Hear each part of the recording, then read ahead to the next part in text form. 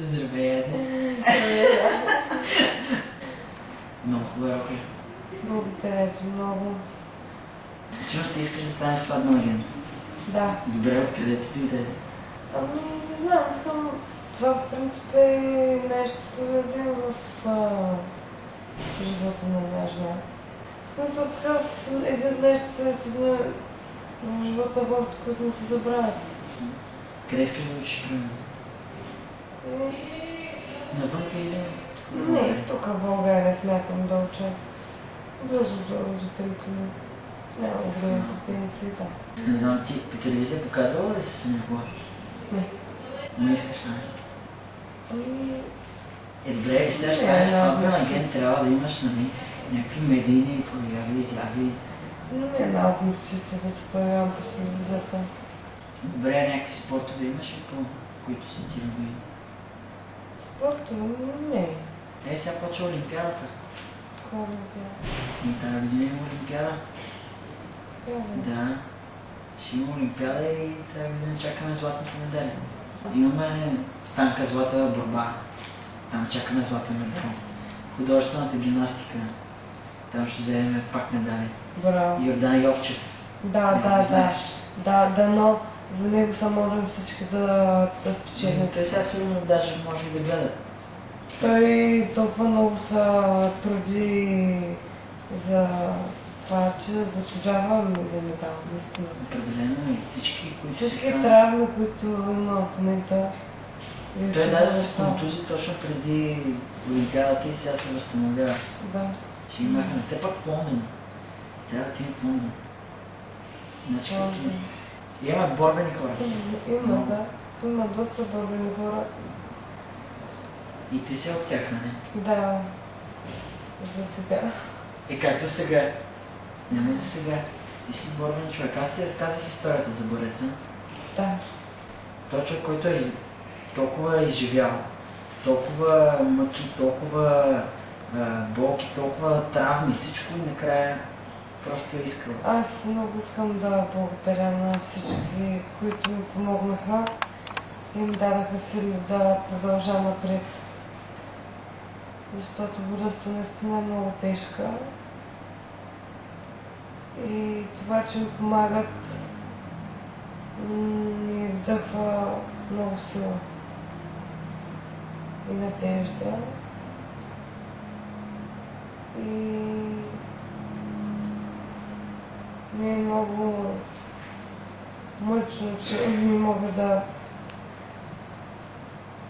поздравя всеки по-отделно и да му благодаря лично, защото наистина всяко едно писмо и всеки един SMS е важен за мен. Цяла България е с теб. Да, точно това. Просто е много, много радостно. Ти накара хората да забравят за всякакъв груб характер, за някакви малки проблеми и всички в момента се застъпиха за теб. Искам да кажа, че живота е такъв, какъвто го направиш, смисъл такъв. Призовавам хората да си направят живота просто по-лесен, защото има неща, които са много по-трудни от други. Да гледат напред и да бъдат живи и здрави, най-вече. И ти гледай напред. Нали? Само... Да. Само напред, естествено. Само напред и действаме. Сега ще заминем за малко, не? Да, ще заминем за малко. И после като се върнеш, си обещаваш, ще ходим на кафе. Задължително. На кафе и вече тогава ще видя в пълния разцвет, ще се разпееш. Нали? Да. Ти не обичаш да пееш. Аз само да карам номерата. Що бе, не можеш да пееш? Не, изобщо. Даже Тони Димитрова ще пее за теб. Така ли? Да. На концерта Тони Димитрова ще пее за теб. От Бургас и морето. Да. То е сега след 4-5 дена. Да. Всички се застъпват за тебе и ще пеят за теб. Разбрах баща ми каза той. Кмета много помогна за това. за което благодаря така много. Звезди пеят благотворително в Бургас с помощ на Ади. Стефан Илчев, Емилия, Тони Димитрова, Калин Велев, Кичка Бодорова, Гергана, Петя Боюклеева, Маги Джанаварова, Георги Дилгеров. Доста хора. Доста хора и това е единия концерт. Само един. Да. Другия концерт ще бъдат рап гилдията, хип-хоп гилдията, Лора Караджова, 100 кила, всички. После, като се върнеш, ще направим един концерт, така, за завръщане. Надявам се, като се върна всичко да е наред. Ще бъде. Ти вярваш ли, че ще бъде? Естествено. Не трябва да се отказваш и трябва да вярваш. Трябва. Положителното мислене. Вярвай, мисли положително, всичко ще бъде така. Цяла България, Бургас, София, Варна, всички големи, малки градове в момента вече знаят за теб.